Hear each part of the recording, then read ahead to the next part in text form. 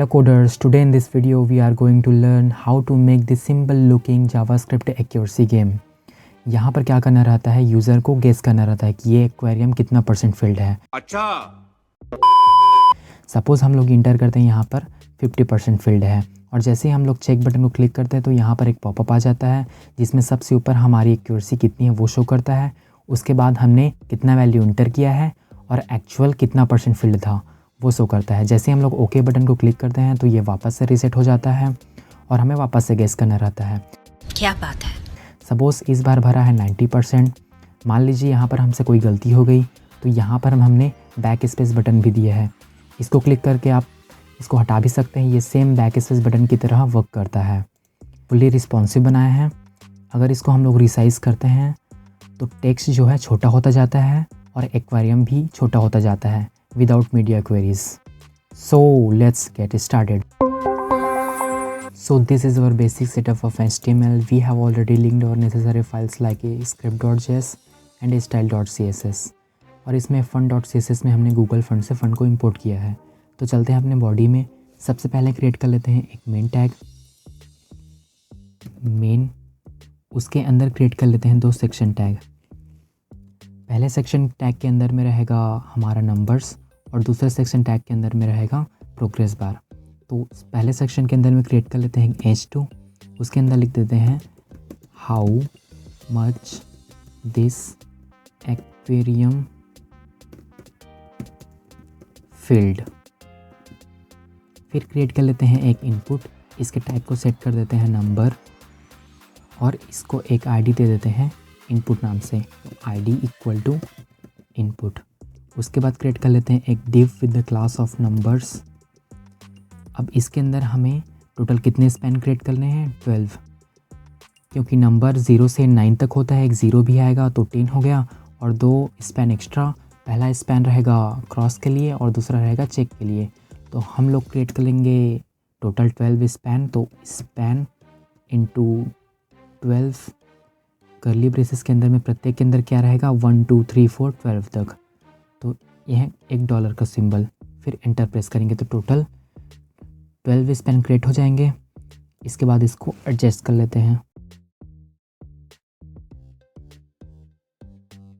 यहाँ पर रहेगा हमारा 0 और यहाँ 10 की जगह पर रहेगा हमारा क्रॉस का आइकन। तो क्रॉस का आइकन लाने के लिए हम लोग यूज़ करेंगे HTML एंटिटी का। तो उसके लिए एंड हैज़ 1006 सेमीकोलन, फिर ये क्रॉस का आइकन आ जाएगा यहाँ पर, और 12 की जगह भी यूज़ करेंगे चेक का आइकन।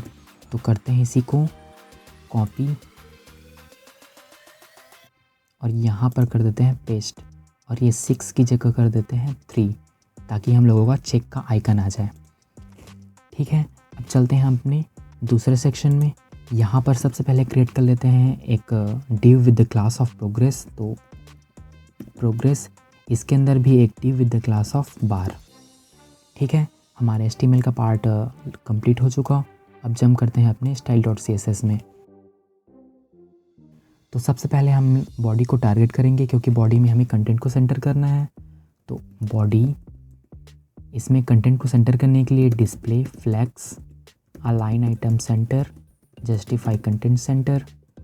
अभी तक ये सेंटर नहीं हुआ क्योंकि बॉडी में हाइट ही नहीं है, तो इसमें मिनिमम हाइट दे देंगे, मिनिमम विड्थ नहीं मिनिमम हाइट 100 VH, और इसको एक बैकग्राउंड कलर कर देंगे लाइट ब्लू नाम से, लाइट ब्लू। ठीक है, तो यहाँ पर लाइट ब्लू। अब टारगेट करेंगे हम अपने मेन को। तो उसके लिए मेन, इसमें हाइट दे देंगे सबसे पहले 90 VH, उसके बाद विड्थ दे देंगे 95% और डिस्प्ले कर देंगे ग्रिड, और ग्रिड टेम्पलेट कॉलम्स कर देंगे। इस मेन के अंदर में 2 सेक्शन है। पहला सेक्शन विड्थ लेना चाहिए 80% का और दूसरा सेक्शन विड्थ लेना चाहिए 20% का, और इसमें थोड़ा गैप भी दे देते हैं लगभग 10 पिक्सल का। अब सेलेक्ट करेंगे हम अपने मेन के अंदर के सेक्शन को। तो मेन सेक्शन, इसमें हम लोग सभी कंटेंट को सेंटर करेंगे। तो उसके लिए यूज़ करेंगे सेम कोड का। तो इसको करते हैं कॉपी और यहाँ पर करते हैं पेस्ट, और ये सभी रो में आ रहा है, तो उसको कॉलम में करने के लिए फ्लेक्स डायरेक्शन कॉलम, और इसमें भी गैप दे देते हैं 10 पिक्सल का। ठीक है, उसके बाद सेलेक्ट करते हैं हम अपने H2 को, इसमें हम लोग टेक्स्ट लाइन सेंटर कर देते हैं ताकि ये सेंटर में हो जाए थोड़ा सा। उसके बाद सेलेक्ट करते हैं हम अपने इनपुट को, इनपुट में पैडिंग दे देते हैं 10 पिक्सल का, और फॉन्ट साइज़ कर देते हैं 20 पिक्सल। और यहाँ इसको फोकस करने से आउटलाइन आ रहा है, उसको हटाने के लिए इसमें आउटलाइन कर देते हैं नन, बॉर्डर भी कर देते हैं बॉर्डर नन, और बॉर्डर बॉटम कर देते हैं 2 पिक्सल सॉलिड .gblue ताकि सिर्फ बॉटम में ही बॉर्डर आए। और इसे एक विड्थ भी दे देते हैं 100 पिक्सल। और जब भी हम लोग इसमें नंबर इनपुट कर रहे हैं तो ये सेंटर में नहीं आ रहा है, स्टार्ट में आ रहा है, तो इसको सेंटर में करने के लिए टेक्स्ट अलाइन सेंटर कर देते हैं ताकि ये सेंटर में आए। अब सेलेक्ट करते हैं हम अपने नंबर्स को, तो डॉट नंबर्स, इसके अंदर में सबसे पहले इसके डिस्प्ले को कर देंगे हम लोग ग्रिड।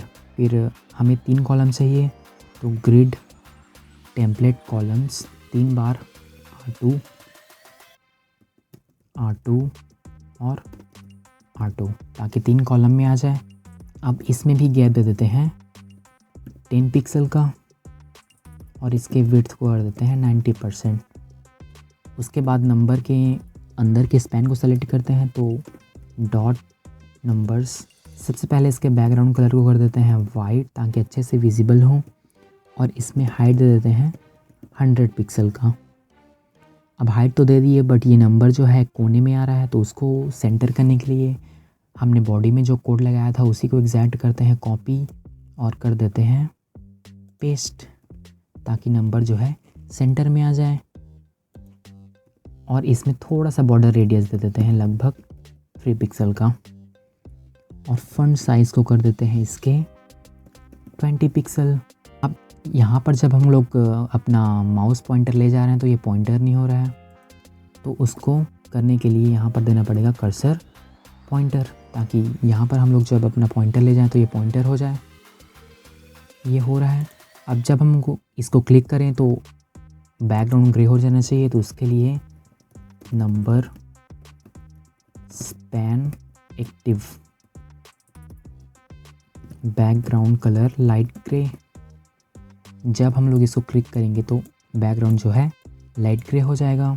अब हम लोग डिज़ाइन करेंगे हम अपने प्रोग्रेस बार को, तो डॉट प्रोग्रेस, इसमें सबसे पहले विड्थ दे देते हैं 50 पिक्सल का, हाइट भी दे देते हैं 100%, और बैकग्राउंड कलर को कर देते हैं वाइट। अब ये साइड में आ गया एक बार, इसमें बॉर्डर रेडियस दे देते हैं 3 पिक्सल का, और पोजीशन कर देते हैं रिलेटिव, क्योंकि इसमें हमें इसके अंदर के बार को एब्सोल्यूट देना है तो इसको करना ही पड़ेगा रिलेटिव, और ओवरफ्लो कर देते हैं हिडन ताकि इसके अंदर का बार बाहर ना जाए। अब इसके अंदर के बार को सेलेक्ट करते हैं, तो डॉट प्रोग्रेस डॉट बार, इसको पोजीशन दे देते हैं एब्सोल्यूट, विड्थ कर देते हैं इसके 100%, बैकग्राउंड कलर को कर देते हैं .gblue, और इसमें हाइट भी दे देते हैं लगभग फ़िलहाल के लिए 10%। बट ये ऊपर में जा रहा है, हम लोग चाहते हैं कि ये नीचे से ऊपर जाए, तो उसके लिए यूज़ करेंगे बॉटम 0 का ताकि ये नीचे में आ जाए, और इसमें ट्रांजिशन भी दे देंगे, ट्रांसफॉर्म नहीं ट्रांजिशन, लगभग 0.2 सेकेंड का। अब इसको देखते हैं, ये थोड़ा सा इधर आ रहा है, हम लोग चाहते हैं कि ये थोड़ा सा इधर सटा रहे, तो उसके लिए अपने करते हैं सेक्शन को सेलेक्ट, कौन सा वाले सेक्शन को, दूसरे सेक्शन को, तो section studio element and child 2, और इसमें कर देते हैं हम लोग अलाइन आइटम्स एंड, ताकि वो एंड में लाइन हो जाए। ये एंड में चला गया। अब हम लोग यहाँ पर देखें तो जैसे ही हम लोग इसको रिसाइज करते हैं तो ये फंड जो है छोटा का छोटा, मतलब सेम एक ही कैटेगरी में है, वो छोटा बड़ा नहीं हो रहा है, और ये एक्वेरियम भी छोटा बड़ा नहीं हो रहा है। तो इसको रिस्पॉन्सिव बनाने के लिए हम लोग चलते हैं पहले अपने स्पैन में। यहाँ पर जो हमने फंड साइज़ को 20 पिक्सल दिया है वहाँ पर यूज़ करेंगे क्लैम्प का। तो CLAMP क्लैम्प, मिनिमम रहेगा ये 20 पिक्सल फंड साइज़ जो है। कितने विड्थ पर रिसाइज होना चाहिए? 4 व्यू विड्थ पर। तो यहाँ पर 4 व्यू विड्थ, और मैक्सिमम कितना होना चाहिए? 40 पिक्सल का। अब देखते हैं इसको रिसाइज़ करके। ये बड़ा है अभी, जैसे इसको रिसाइज़ करते हैं तो ये छोटा होता जाता है। उसके बाद यही सेम प्रॉपर्टी अप्लाई करते हैं हमने एक्वेरियम में। एक्वेरियम में तो चलते हैं अपने प्रोग्रेस, और यहाँ पर हमने जो विड्थ दिया है उसको क्लैम्प यूज़ करेंगे विड्थ के बदले। तो क्लैम्प मिनिमम विड्थ रहेगा 50 पिक्सल, और इसका एक्चुअल विड्थ रहना चाहिए 90%, और मैक्सिमम विड्थ रहे 100 पिक्सल। अब इसको रिसाइज करके देखते हैं। तो जैसे हम लोग विंडो को छोटा करते जाते हैं, ये एक्वेरियम भी हमारा छोटा होता जाता है, यानी कि हमारा ये रिस्पॉन्सिव बन चुका है। अब हम लोग वर्क करेंगे अपने जावास्क्रिप्ट पर, इसमें फंक्शनैलिटी ऐड करने के लिए। इसको कर लेते हैं थोड़ा सा बड़ा ताकि आप लोगों को अच्छे से दिखे। चलते हैं अपने script.js में। यहाँ पर सबसे पहले गेट कर लेंगे हम अपने इनपुट को। तो let input equal to document dot get element by ID। Input अपने इनपुट को इनपुट ID दिया था। उसके बाद सेलेक्ट कर लेते हैं हम अपने जितना भी नंबर है 1 2 3 से लेकर के ये चेक तक कर। तो let spans equal to document dot query selector all, क्योंकि हमें सभी को सेलेक्ट करना है स्पैन को। हम लोग क्या चाहते हैं, अगर कोई भी ये 1 पर क्लिक करे तो यहाँ पर 1 आ जाना चाहिए। उसके लिए सभी स्पैन्स में फॉर ईच लूप लगाएंगे, और एक एक स्पैन में एड इवेंट लिस्टनर लगाएंगे। तो उसके लिए spans dot for each span, फिर ये स्पैन में इवेंट लिस्टनर लगाएंगे। कौन सा? क्लिक, क्योंकि यूज़र क्लिक ही करेगा उसको। यहाँ पर ई एरो फंक्शन, आप देखते हैं इसके अंदर का टेक्स्ट हमें मिल रहा है कि नहीं मिल रहा है। तो console dot log E dot target dot text content 1 2 3 8, ये 3 हमें मिल रहा है। तो इसको स्टोर कर देंगे एक वेरिएबल में। लेट नंबर इक्वल टू, अब ये इनर टेक्स्ट जो है हमारे नंबर में स्टोर हो जाएगा। अपने इनपुट के वैल्यू, मतलब इनपुट के वैल्यू को सेट कर देंगे इस नंबर के बराबर। अब क्लिक करके देखते हैं 1 4, बट इसको क्लिक कर रहे हैं तो कुछ शो नहीं हो रहा है क्योंकि ये HTML एंटिटी है। तो हम लोग क्या करेंगे, ये 1 से लेकर 0 तक इसमें एंट्री हो, उसके लिए लगाएंगे इफ़ कंडीशन। तो इफ़ अगर नंबर है बराबर हमारी ये क्रॉस आइकन के क्रॉस, तो क्या कर दीजिए, इनपुट से एक वैल्यू ट्रिम कर दीजिए, मतलब हटा दीजिए लास्ट से। तो उसके लिए input dot value equal to input dot value use करेंगे हम लोग स्लाइस का 0, -1, ठीक है। एल्स इफ़ अगर नंबर है हमारा चेक, ये वाला, तो क्या करना है, एक फंक्शन को रन करना है, शो रिजल्ट। अगर ये दोनों नहीं है यानी कि एल्स, तो क्या करिए, इनपुट डॉट वैल्यू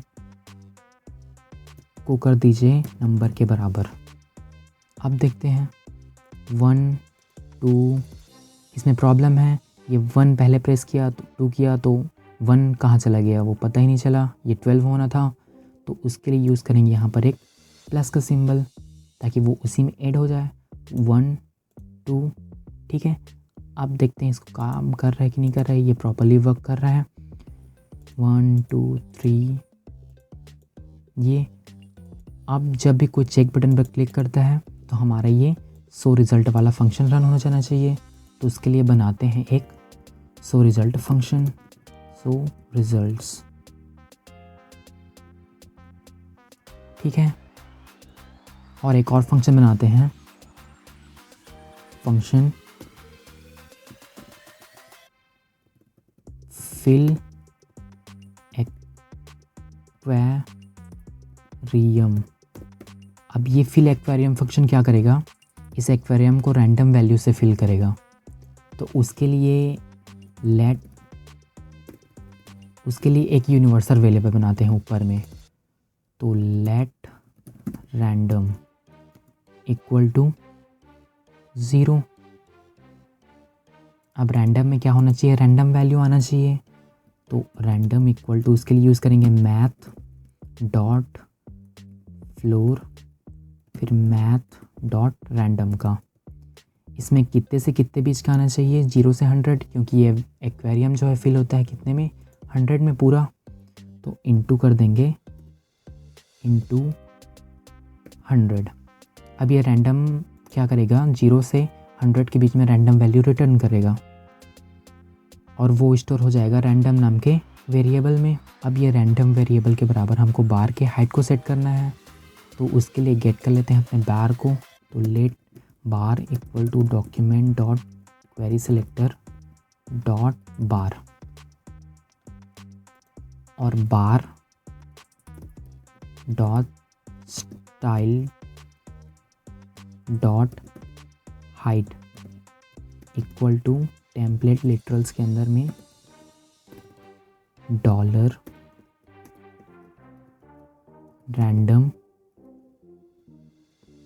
%। अब कॉल कर देते हैं अपने फिल एक्वेरियम फंक्शन को। तो ये रैंडम फिल हो रहा है। अब क्या करेंगे, शो रिजल्ट फंक्शन में इम्प्लीमेंट करेंगे। तो सबसे पहले हम लोग कैलकुलेट करेंगे अपनी एक्यूरेसी। तो उसके लिए let accuracy equal to 100 minus math dot abs।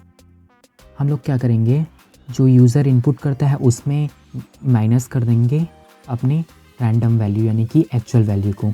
तो input dot value minus random, जो हमारा एक्चुअल वैल्यू है। एक्चुअल वैल्यू क्या है, रैंडम वैल्यू। अब इसको अलर्ट करा देंगे। तो alert your accuracy is process space plus accuracy plus %। Accuracy किसमें रहता है, % में। उसके बाद एक और प्लस, यहाँ पर लेंगे एक न्यू लाइन। तो उसके लिए slash n plus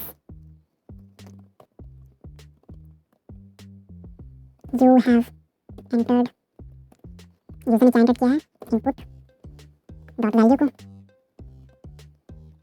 but actual value तो इससे डिफरेंट होगा। तो बट एक्चुअल वैल्यू इज क्या है, रैंडम एक्चुअल वैल्यू। अब इसको टेस्ट करके देखते हैं। मान लीजिए यहाँ पर हम लोग फिल करते हैं 50%। इसको क्लिक करते हैं तो your accuracy is 63%, you have entered 50 but actual value is 87। तो जैसे हम लोग ओके बटन पर क्लिक करें ये वापस से रीसेट हो जाना चाहिए और ये इनपुट का वैल्यू भी खाली हो जाना चाहिए। तो उसके लिए चलते हैं यहाँ पर और यहाँ पर फिल एक्वेरियम को एक बार और कॉल कर देते हैं और फिल एक्वेरियम के ऊपर में input dot value equal to null, ताकि ये खाली हो जाए। अब देखते हैं 50, ये ओके पर क्लिक किए वापस रीसेट हो गया, ये खाली हो गया। बट इसमें एक बग है, वो क्या है, अगर यूज़र कोई भी वैल्यू नहीं डालता है और डायरेक्ट इसको क्लिक करता है तो ये रैंडम वैल्यू शो करेगा और यहाँ पर ब्लैंक, और जैसे यहाँ पर ओके क्लिक करेगा तो ये वापस से रीसेट हो जाएगा। तो उसको प्रिवेंट करने के लिए चलते हैं हम अपने जावास्क्रिप्ट में और यहाँ पर एक्यूरेसी के जस्ट पहले इफ़ इनपुट डॉट वैल्यू, अगर इनपुट वैल्यू में वैल्यू नहीं है यानी कि खाली है तो यहाँ से रिटर्न हो जाए। रिटर्न जहाँ पर लग जाता है उससे आगे कोड बढ़ता ही नहीं, मतलब इससे आगे जाएगा ही नहीं। तो इसको एक बार चेक करके देखते हैं, यहाँ ये वर्क नहीं कर रहा है। अब इसको फाइनल चेक करके देखते हैं ये कितना परसेंट फिल्ड है, लगभग 90%। Check your accuracy is 100%, you have entered 90 but actual value is 90। Okay, ये वापस रीसेट हो गया। ठीक है, आज के लिए बस इतना ही, तो मिलते हैं नेक्स्ट वीडियो में। Bye bye.